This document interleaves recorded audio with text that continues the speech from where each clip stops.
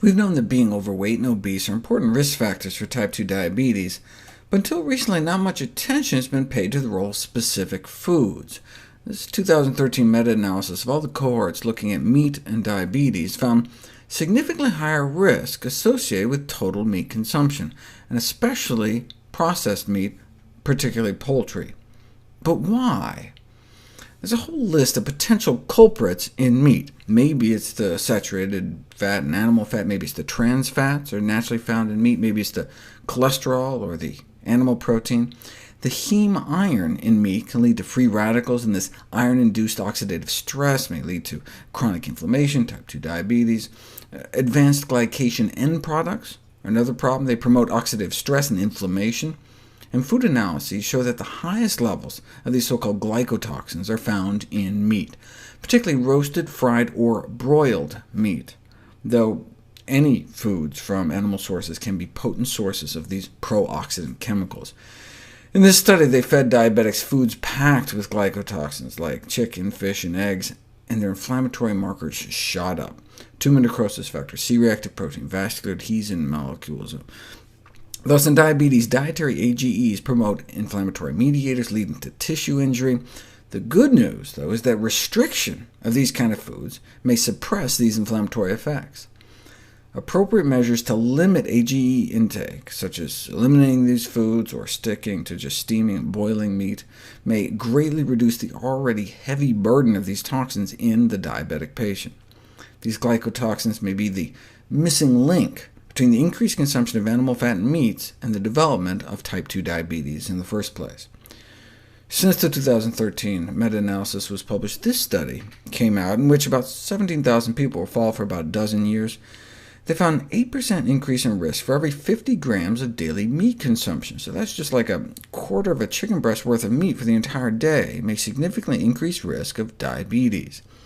Yes, it could be the glycotoxins in meat, or the saturated fat, or the trans fat in meat, or the heme iron, which can actually promote the formation of carcinogens called nitrosamines, though they could also just be produced in the cooking process itself.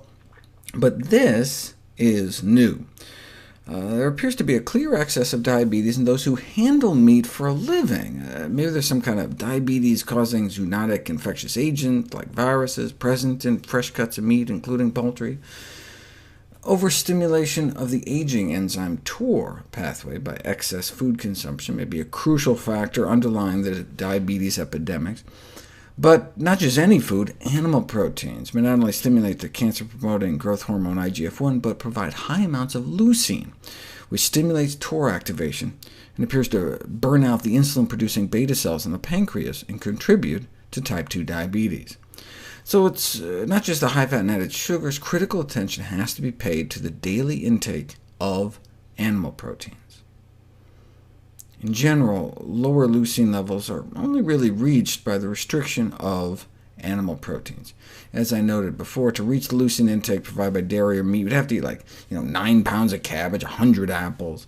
And these calculations exemplify the extreme differences in leucine amounts provided by a more standard diet in comparison to a more plant-based diet. I previously reviewed the role endocrine-disrupting industrial pollutants in the food supply may play in a 3-part video series. Clearly, the standard American diet and lifestyle contributes to the epidemic of diabetes and obesity, but these industrial pollutants can no longer be ignored. We now have experimental evidence that exposure to industrial toxins alone induces weight gain, insulin resistance, and therefore it may be an underappreciated cause of obesity and diabetes. Consider what's happening to our infants. Obesity in a 6-month-old is not related to diet or lack of exercise. They're now exposed to hundreds of chemicals from their moms, straight through the umbilical cord, some of which may be obesogenic, obesity-generated. Given the millions of pounds of chemicals and heavy metals released every year into the environment, it should make us all stop and think about how we live and the choices we make every day in the food we eat. As this 2014 review of the evidence on pollutants and diabetes noted, yes, we can be exposed through some toxic spill, but most of human exposure nowadays is from the ingestion of contaminated food as a result of bioaccumulation up the food chain. And the main source, about 95% of persistent pollutant intake, is through dietary intake of animal fat.